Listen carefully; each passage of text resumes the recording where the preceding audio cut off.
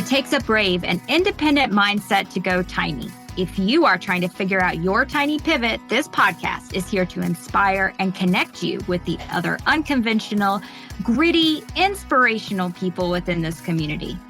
I am Laura Lynch, your tiny house friend and host.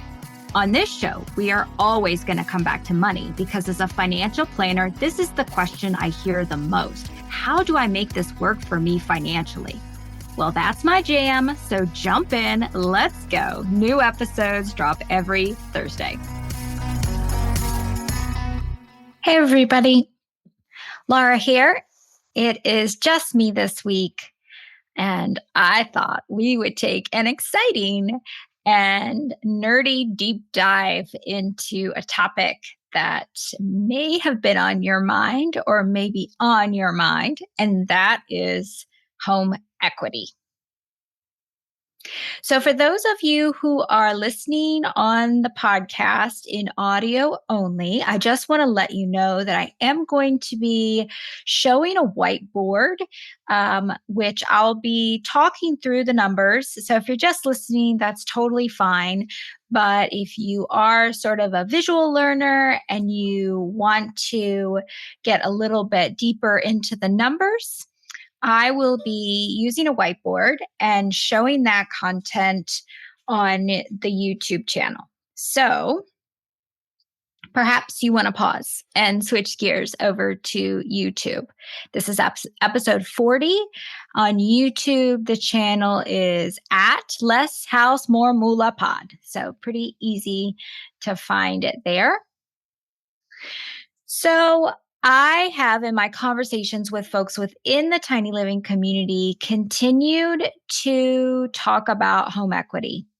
I've written about this some on LinkedIn, definitely a topic that I'm thinking a lot about right now. And so I thought we would kind of explore the concept and try to have a little balanced approach to whether home equity is something that should be or maybe isn't as important a priority for you. And the reason why I think it's important for us to talk about this is because this is one of those things that you kind of figure you're supposed to do is work on your home equity for decades and decades. And so that's why the first time home purchase and then, trading up throughout your life in order to build home equity. And so home equity is something that we feel a lot of pressure around and something that is sort of a conventional wisdom. And maybe friends or family will sometimes say to us like, oh, you're not going to be building as much home equity. So let us explore what that means exactly. So to get us started, I'm just going to literally read from Investopedia about the definition of home equity. So home equity is the value of a homeowner's financial interest in their home. In other words, it is the actual property's current market value less any liens that are attached to the property. The amount of equity in a house fluctuates over time as more payments are made on the mortgage and market forces impact the property's current value. So there's two things at play when we think about home equity. One is how much you own minus how much you owe. So when you first buy a property with a mortgage, you are buying for 80% of the value if you have a 20% down payment. If you're using another loan product and you only have to put down 3%, then you owe 97%. And if the price you get the property at is fair market value at the time, you kind of are at your lowest home equity point immediately following the purchase.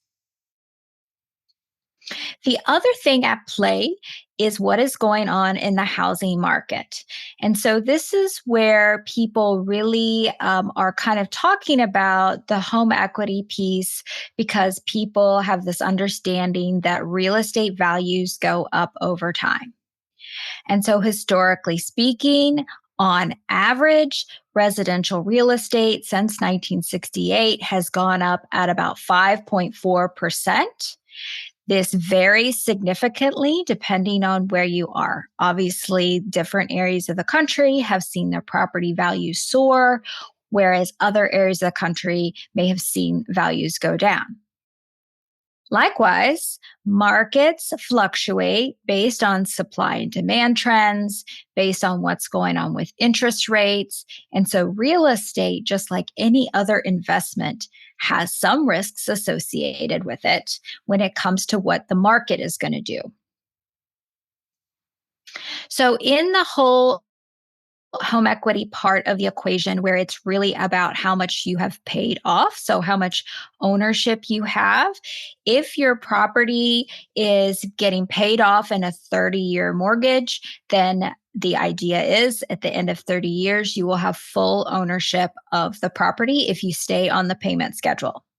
Now, if you refinance the home, then your 30-year time frame will likely change in some regard. Very often what happens is that people refinance in order to lower their payment due to interest rates going down, or they refinance to take cash out of their equity, which we're going to talk about a little bit more in a bit, or they sell their property and buy another property if they are upgrading to a new property. Sometimes they will take on yet again a 30-year mortgage and extend the time frame that they are going to be working off that debt in order to get into full ownership of the property. So a lot of things in life can kind of shift around when it comes to that sort of really basic path of building up the full equity within 30 years. I think it's important to understand that there are times when you can do everything right and the property can have zero or less than zero equity. I bought my first home after reading Home Buyer for Dummies and being really diligent about understanding the home buying process. And yet I bought it in 2007, right before the Great Recession. So I was buying a home in Las Vegas while still attached with the Air Force. And so that property just plummeted in value as the Great Recession played out and ultimately was short sold in order to kind of cash out of the property when it was in an upside down position, meaning more was owed on the property than what was owned on the property. So that was a significant lesson for me in what can happen. And so, ideas that just by purchasing a sort of traditional home, that you're in a secure position, were definitely disrupted during that period. And there have been other periods in time where home values were not going up, they were, in fact, going down. Now, at that time in my life, I was maybe not nearly as educated as I am today when it comes to financial topics. And by buying a home, I was in essence sort of constructing a saving strategy for myself. So I think this is where we sometimes think about home equity being sort of the first place we go when we're trying to create financial security for ourselves. When you are locked in a mortgage, it is most likely going to be the bill that you're definitely going to pay. And so, to some degree, if that real estate is going to increase in value over time, you're in a bit of a forced savings strategy. So, home equity, which is often described as the traditional way that Americans have built wealth, certainly has a construct around it of the mortgage that incentivizes us to make sure that we are putting that money into that asset over time. So it often will create wealth for folks who otherwise wouldn't, if they had that extra money in their bank account, perhaps they would not save it and they would spend it. And so I think that there are definitely times when home equity, in its forced way through a mortgage, is very much a saving grace for people. With that said, as we'll look at in a little bit, home equity may not be the end all be all when it comes to creating financial security for ourselves. There may be other mechanisms that can create that for us that don't come with some of the strings that home equity does. So we're going to talk about that a little bit more in a minute. But at the same time, I do think that it's worth calling out that there are a lot of folks who end up in their later years of life and the money that they have invested in their home because they have paid it off in one way or another comes to be the nest egg that they use when they need, for example, to move into an assisted living facility, when they want to leave some sort of inheritance, or when they need more money for living expenses than what perhaps Social Security or their savings is providing. There are products that can help them harvest that equity. And so we're going to talk about those as some examples in a little bit.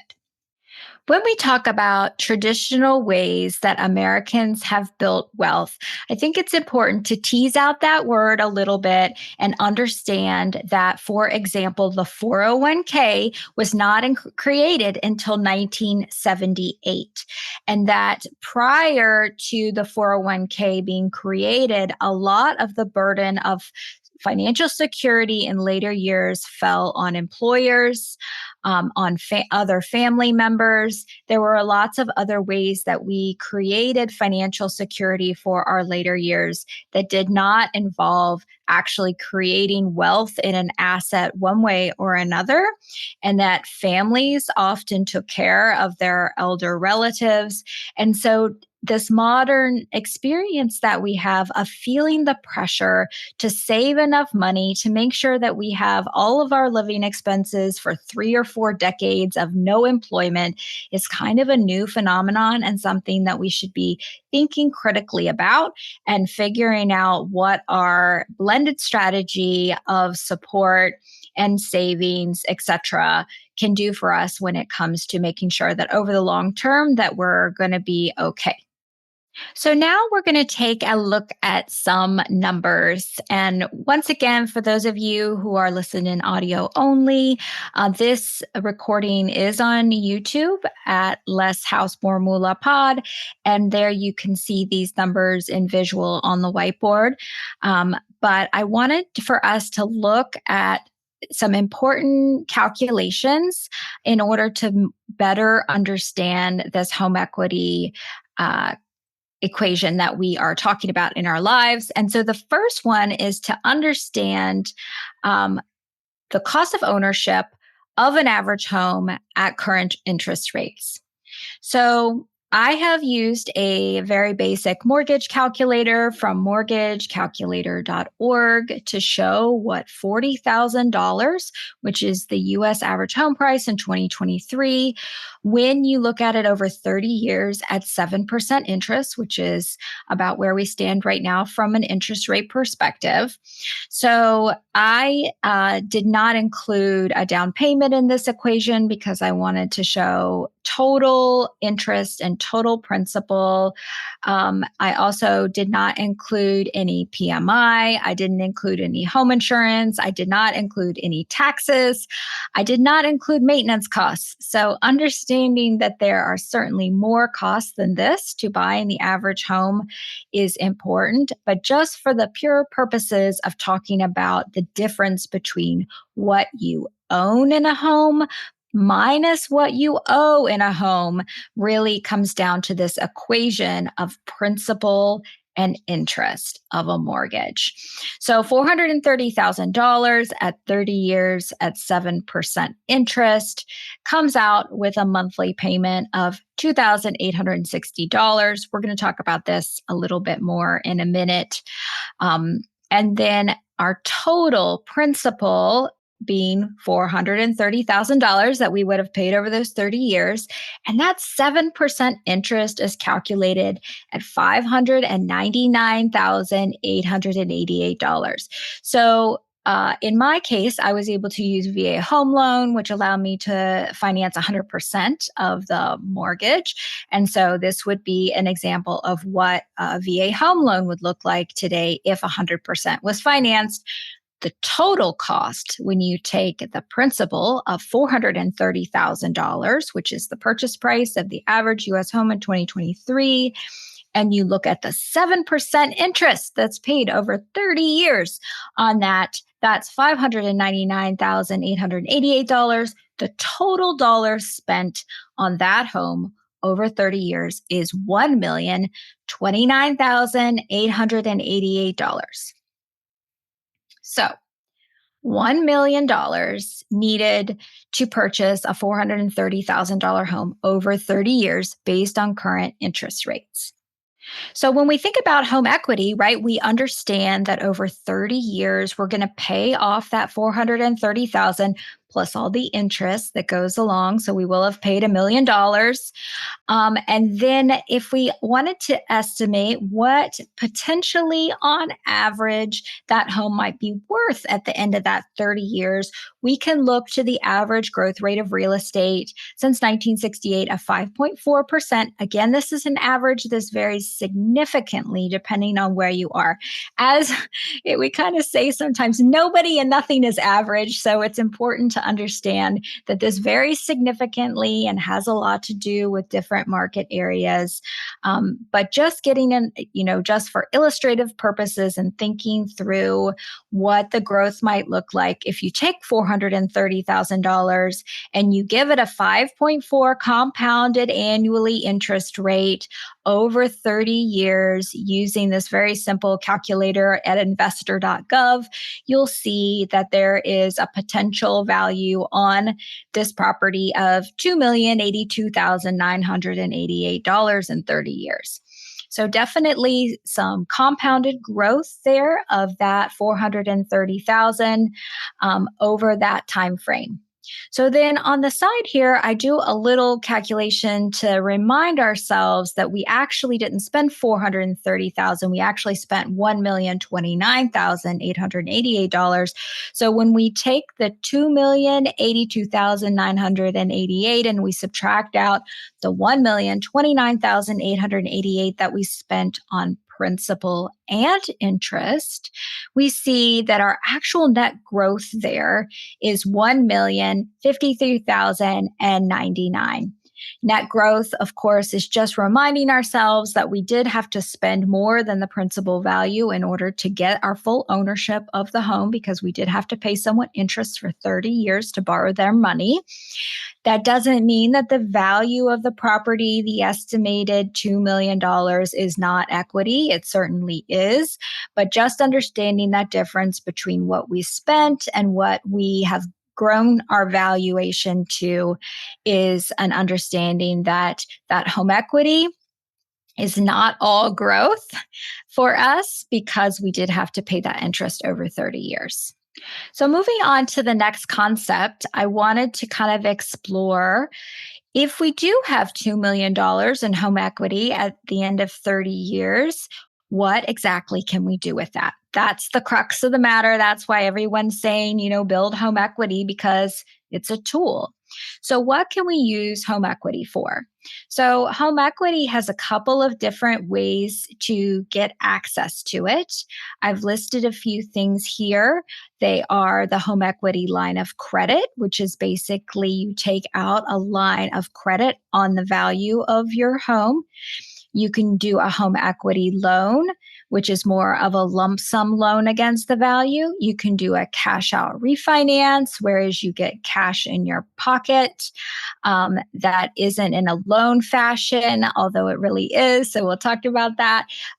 Also, reverse mortgage is that option for folks who, reach a later stage in life and realize they don't have enough income to pay their regular bills. And so they need to get access at their mortgage, but they certainly aren't going to be able to pay it back because they can't, manage all the bills that they do have. So that's where reverse mortgage can come into play.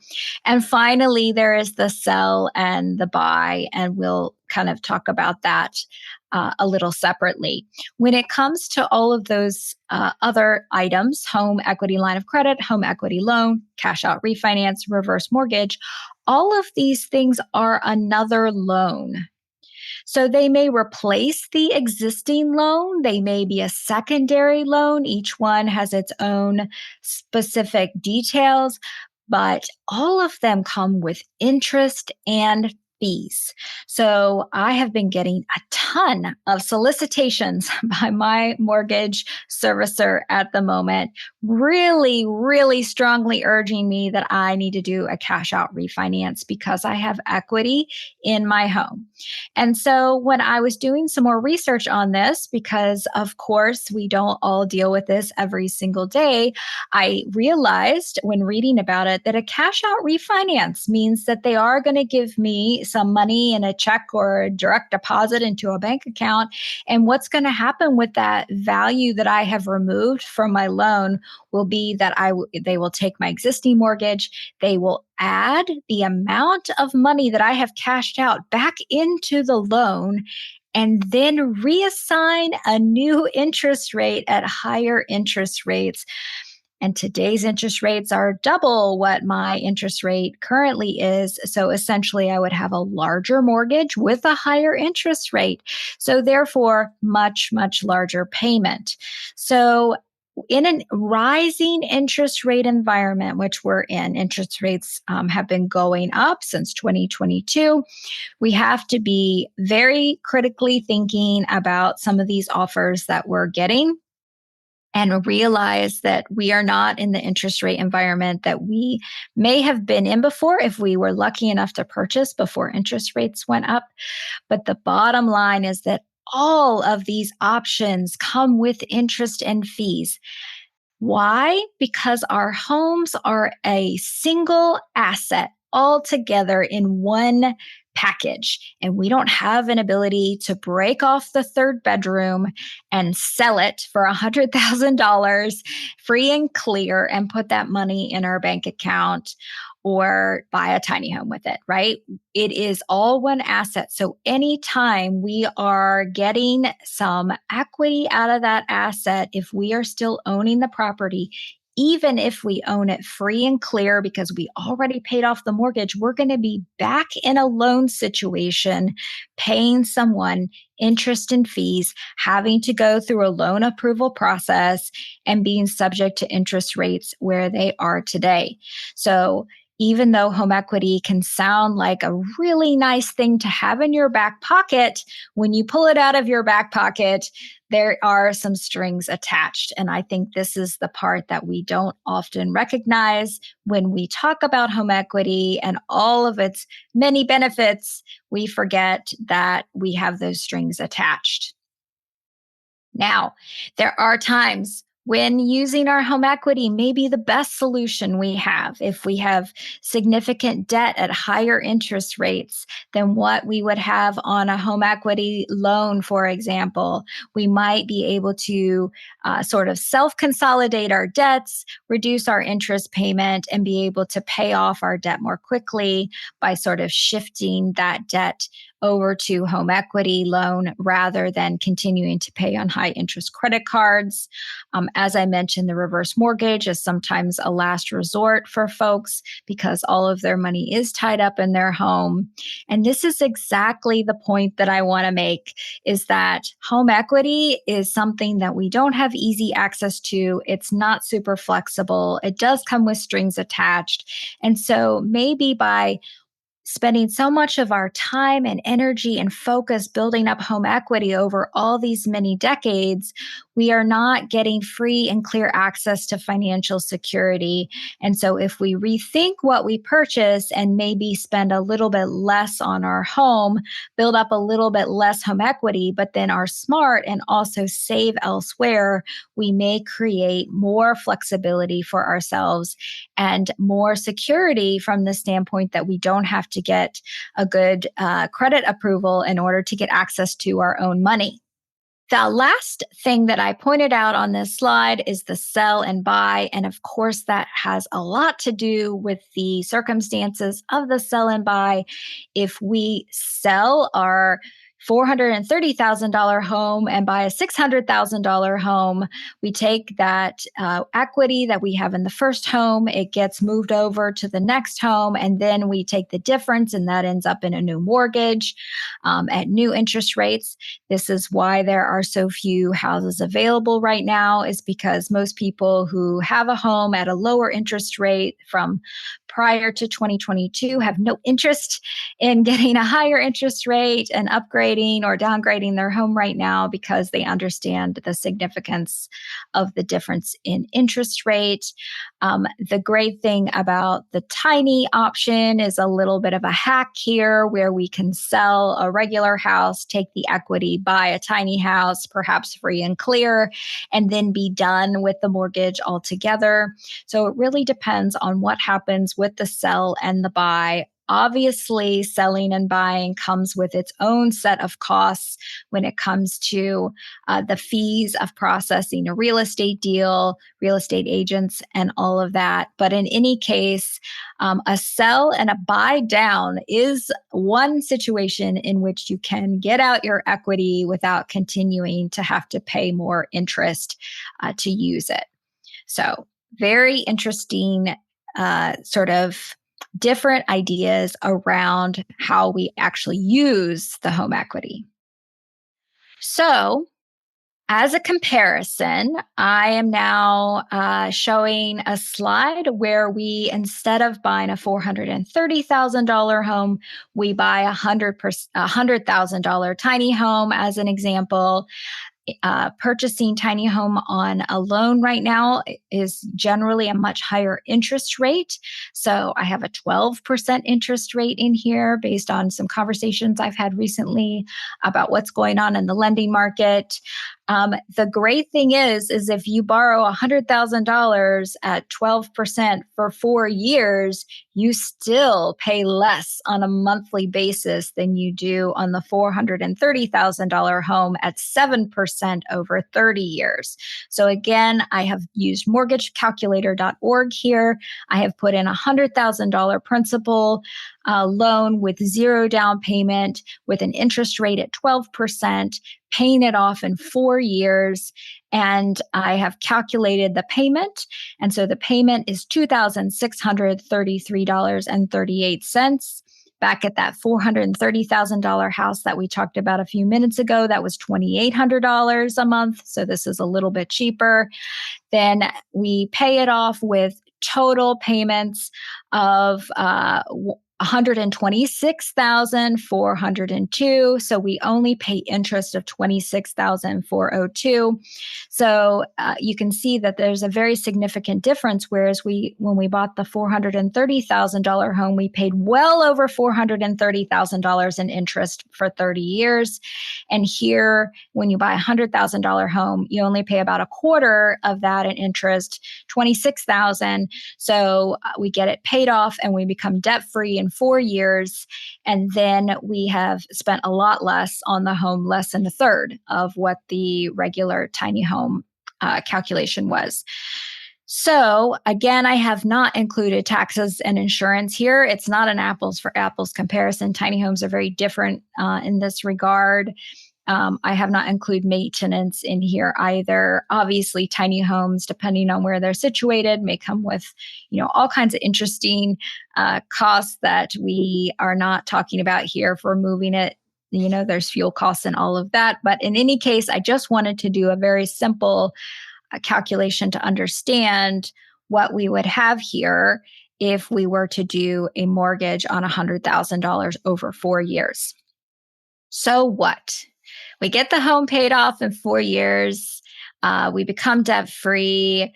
We don't have the equity. I didn't do the equity calculation on a $100,000 home over a 30-year period because we all need a roof over our head. So, and there isn't really a way to, tap equity. There's no home equity line of credits on tiny houses really yet. So, can't really imagine at the moment how we would use our home equity on our tiny house at this exact moment. But the point is if we pay the tiny house off in 4 years, then we have all of that income that we would have been spending on a mortgage that we can now use to save elsewhere. And so I'm not going to get into all the details of sort of saving strategy on that point today, but instead I just wanted to show you a quick calculation. If you were able to pay off a tiny home in 4 years, take the amount that you would otherwise have spent on that bigger house mortgage for 26 years that you are not having to pay for that $430,000 house, and you were able to grow that money at 7%, which is a pretty conservative number when it comes to growing money in a sort of well diversified and thoughtful way, then what happens is you end up with $2,356,000 at the end of that 30-year period, where the first years you saved nothing because you were just paying off your house. And then the next 26 years, you're taking the money that you would otherwise have been spending on the larger mortgage and you save that somewhere, whether that's, building a business, or whether that's saving it in retirement accounts, or whether that's saving it some other way with some other investments or real estate investments, or whatever your strategy is. Just having the option to save money somewhere outside of your home comes with a flexible use nest egg that doesn't have to pay interest to get access to it, that doesn't have refinancing fees associated with it, that doesn't require you to fill out loan paperwork in order to get access to your money. So I did this calculation once again, $100,000. This is from investor.gov, $100,000 that we pay off in 4 years. So then that means that we take the $2,800 a month, 2860.80 to be exact, that we were not spending on our conventional mortgage, regular American dream house. And we put that away somewhere or into some other investment strategy for 26 years. And at the end of the 30-year time span, with a 7% growth rate, we're at $2,356,976.46. So do I think that everybody who buys a tiny house is then going to take $2,800 a month after they pay it off and save it somewhere? No, because that isn't the point maybe of tiny living. It's about creating more flexibility in our lives and maybe focusing on maximizing our life rather than maximizing our net worth. But I think it's a useful comparison to understand what kind of home equity you grow over 30 years on a $430,000 single asset versus what kind of equity you can grow outside of your home with having a home that you paid for, and then just taking the remainder of your income that you did not spend on your home and putting it away for your financial security. So I want to also mention there's a ton of tax implications in all of this, and there's all kinds of, strategic optimizing that you might want to talk with a financial advisor about. But in any case, I think there is an argument to be made that for those of us that can save, that don't need the forced saving strategy of a mortgage and would prefer to have choice and flexibility about how we build some financial security for ourselves, that maybe it is worth considering looking outside of home equity to build that for ourselves, because we can build it in a way that actually grows at a higher rate and also is far more flexible, because we can, in fact, cash out a portion of that in order to start a business or invest in our community or buy Airbnb tiny house or whatever it is that we want to do without paying someone interest to get access to our own money. So this is why I wanted to kind of break this down. Definitely, it is not about home equity being the end all be all or the worst thing ever. It's really about aligning with what is important to you and what works for you. And so I wanted to, though, point it out because we feel a lot of pressure and there's a lot of things that we see on the screens that tell us we must do the home equity thing. And so I just wanted to have a critical thinking conversation about what home equity is, how it works, what it can help us achieve, what it can't help us achieve, and help to think through also the risks of putting all of our eggs in the one basket of our home equity. And so I hope that this has helped you sort of maybe unpack the onion that is home equity and think a little bit more thoroughly about what it means for you. Of course, I'm always here to answer your questions. If something pops up, Laura at thetinyhouseadvisor.com. Thank you for hearing this episode. And if this was valuable to you, would you please let me know? You can send me a note or make a comment. It would be greatly appreciated. Hey, I'm honored that you listened to this episode of Less House, More Moolah. I hope something in it will help you continue to move toward a life aligned with your values. Every algorithm out there is trying to tell us what to prioritize, but we get to choose. If you haven't ever identified your key values, I have a free resource on my website to help you. Just have to go to thetinyhouseadvisor.com. It's thetinyhouseadvisor.com. At the bottom of the page, you can grab the Tiny Life Values Worksheet. When we design a life around what is our core truth, we shortcut to deep fulfillment. See you next Thursday. Please see the show notes for important disclosure regarding the Tiny House Advisor LLC and this episode.